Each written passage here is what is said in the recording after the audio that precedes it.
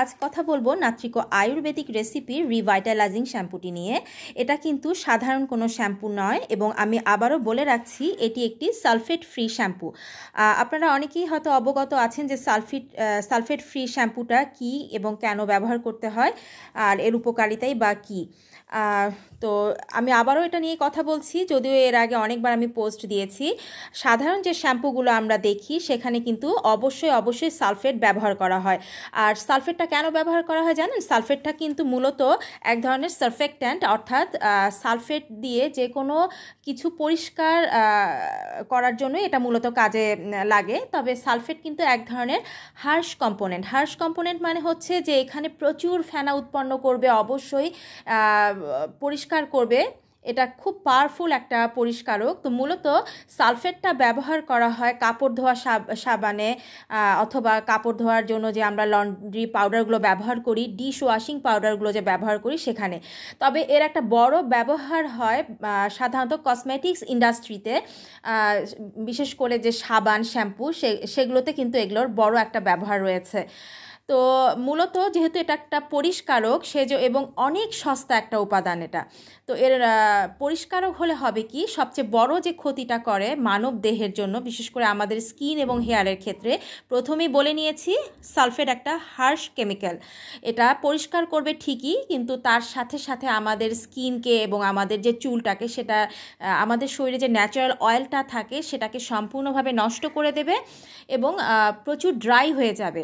তো আমরা এটা অনেক সময় বুঝতে পারি না, এই জন্য যারা আমরা কসমেটিক্স ফর্মুলেটর, আমরা কিন্তু জানি যে কোন প্রোডাক্টে কি ব্যবহার করলে সেটা দেখতে অনেক সুন্দর হবে, সেটার ঘ্রাণ কত ভালো হবে। আবারও বলে রাখছি, যে কোনো জিনিসের যেগুলো পরিষ্কারক, সেটা সাবান হোক, শ্যাম্পু হোক, ডিশ ওয়াশিং কোনো ম্যাটেরিয়ালস হোক, অথবা কাপড় ধোয়ার কিছু হোক না কেন, সেখানে আমরা কিন্তু বাইরের থেকে সুগন্ধি ইচ্ছে করলে অ্যাড করতে পারি। যে যার সুগন্ধি যত বেশি ভালো, যত বেশি সিনথেটিক সুগন্ধি হোক না কেন, একটা সাধারণ মানুষের কিন্তু একেবারেই বোঝার এটা উপায় নাই যে এটা বাজে কোনো সুগন্ধি কিনা।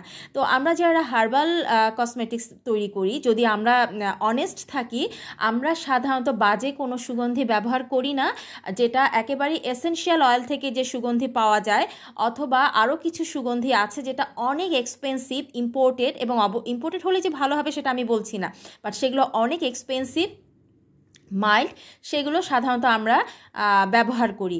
এতে ঘ্রাণটা হয়তো অতটা প্রখর হয় না, কিন্তু আপনার স্কিনের এবং হেয়ারের কোনো ক্ষতিও করা সম্ভব না। তো আপনারা দেখবেন যে সাধারণত ডার্মাটোলজিস্ট যারা, তারা যদি আপনাদের হেয়ার এবং স্কিনের সুবিধার্থে এমন সব প্রোডাক্ট আপনাদের সাজেস্ট করেন যেগুলোতে সাধারণত কোনো হার্শ কম্পোনেন্ট থাকে না, বাড়তি সেরকম কোনো সুগন্ধি থাকে না, বা থাকলেও সেটা কিন্তু এসেনশিয়াল অয়েল থেকে যে মৃদু একটা সুগন্ধি আসবে ততটুকুই। কোনো জিনিসের সুগন্ধি হলেই যে সেটা খুব ভালো হবে সেটা কিন্তু সম্পূর্ণ ভুল।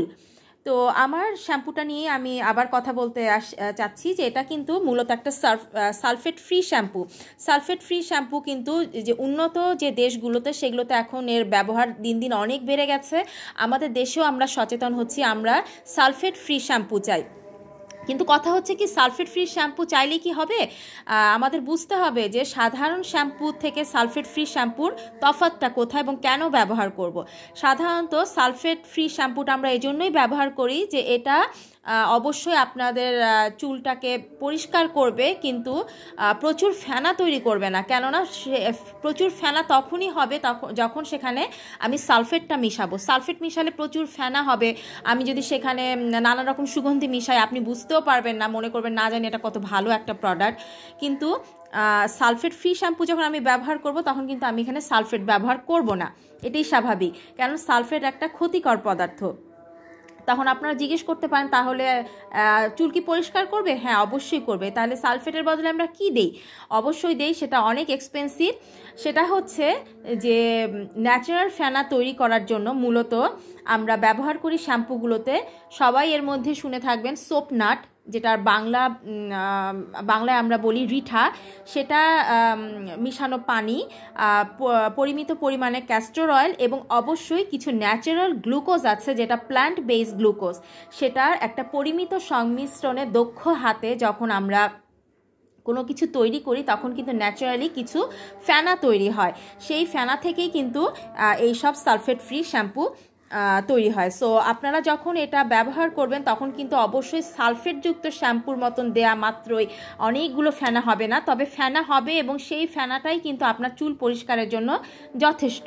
তো আমাদের দেশে এখনও তো এটা ততটা ব্যাপকতা লাভ করেনি, কারণ আমরা অতটা জানি না এটা নিয়ে যে সালফেটযুক্ত শ্যাম্পুর কতটা অপকারিতা রয়েছে।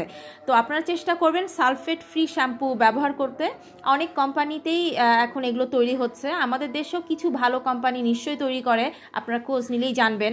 আমি এটা তৈরি করে বলি অন্যকে আমি খারাপ বলবো এরকম ব্যবসা করতে আমি নামিনি। আর বিদেশে কিন্তু এগুলো অ্যাভেলেবেল, ভালোটা বুঝে কিনতে হবে। বিদেশি শ্যাম্পু মানেই যে ভালো সেটা না, অবশ্যই আপনার লেভেল দেখে কিনবেন, সেখানে সালফেট ফ্রি শ্যাম্পু লেভেলে দেয়া থাকে অথবা সেই উপকরণগুলোর মধ্যে সালফেট দেয়া থাকে না, সেটা দেখে অবশ্যই আপনারা নেবেন, তাদের পেজে দেখবেন, তাদের ওয়েবে দেখবেন। তো এই তো আমাদের রিভাইটালাইজিং শ্যাম্পু তেমন একটি সালফেট ফ্রি শ্যাম্পু। এটা ব্যবহার করার নিয়ম তেমন কঠিন কিছু না, যেহেতু এখানে ফেনা সালফেটযুক্ত শ্যাম্পুর মতন পাবেন না, তো এটার কিছু নিয়ম আছে।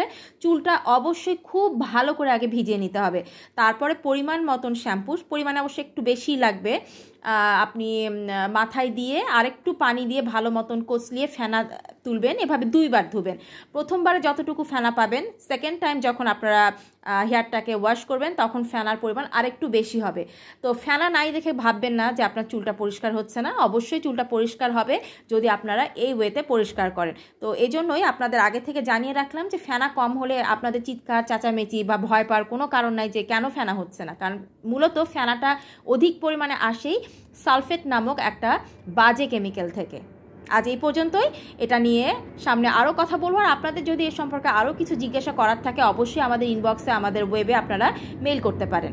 ধন্যবাদ সবাইকে।